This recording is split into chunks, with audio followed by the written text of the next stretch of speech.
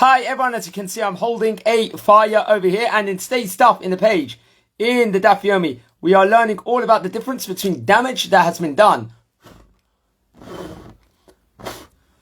Sorry about that. We were learning about the difference between the damage that has been done from a pit, if there's a pit on the ground, or if there's a fire that has taken place and has caused damage itself. As you can see, the fire itself was extinguished over here. But there's differences. We've been learning all about Nezikin, all about damages that have been done. So there's a difference inside the Braita. If a damage is caused by a pit, if there's a pit in the ground and someone trips over, or someone falls over, or it might be, or if a fire actually breaks out and causes the damage itself. So friends, what's it talking about? First of all, what is a pit in Hebrew? A pit is called a bore.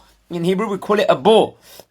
What's a fire? Naturally, we call it esh. That is what we call a fire. So what's interesting is, according to the Braita, there is an element of severity to each of these two kinds of damages. Nezikin, we call it avot nezikin, to give it its full title inside the Talmud. Okay, on the one hand, the very creation of a pit that has been made in a public place, say you're walking in a field or whatever it might be, and there's a pit all of a sudden someone has dug up and someone's going to fall down and trip from it, it's potentially going to injure and damage somebody else. This is going to do. However, if we look on the other side of the coin, by its very nature, when we're talking about esh over here, I won't get the fire out again, but that travels. When we talk about fire over here, this is something that travels, as opposed to a pit that is stationary and does damage. This fire itself does damage when it's moved. It's movable over here.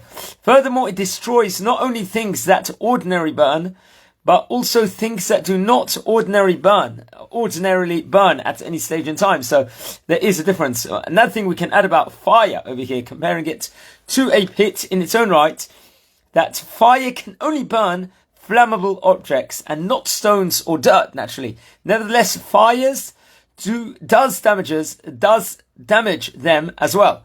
After let's just say, for example, a fire will break out, various organic elements that add nutrients to the soil, for example, straw, excrement, and rotting vegetation, are also potentially going to be destroyed.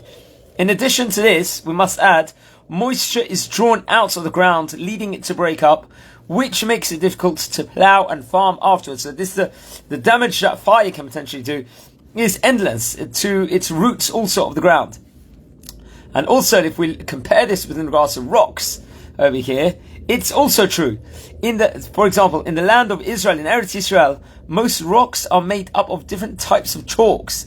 And if, say, for example, a large fire can crack them and break them apart, even smaller fires may have an effect on the chemical composition of the rock. Let's just say, for example, at least, say, for example, its outer surface, leading it to become brittle so that it can disintegrate inside the rain. There's also other things we can talk about when we compare a fire and a pit also. Aside from these types of damages, the heat from fire can also potentially affect other non-flammable objects like metal objects, pottery, and stoneware, as well as other things. So we've got to be aware of fire compared to pit. So pit is something that someone is going to walk on. He can trip, he can cause damage, can break his leg, could potentially die also. We learned all about in the parasha only last week with regards to Yosef, how they thought that he threw him in the pit, and there was snakes and scorpions.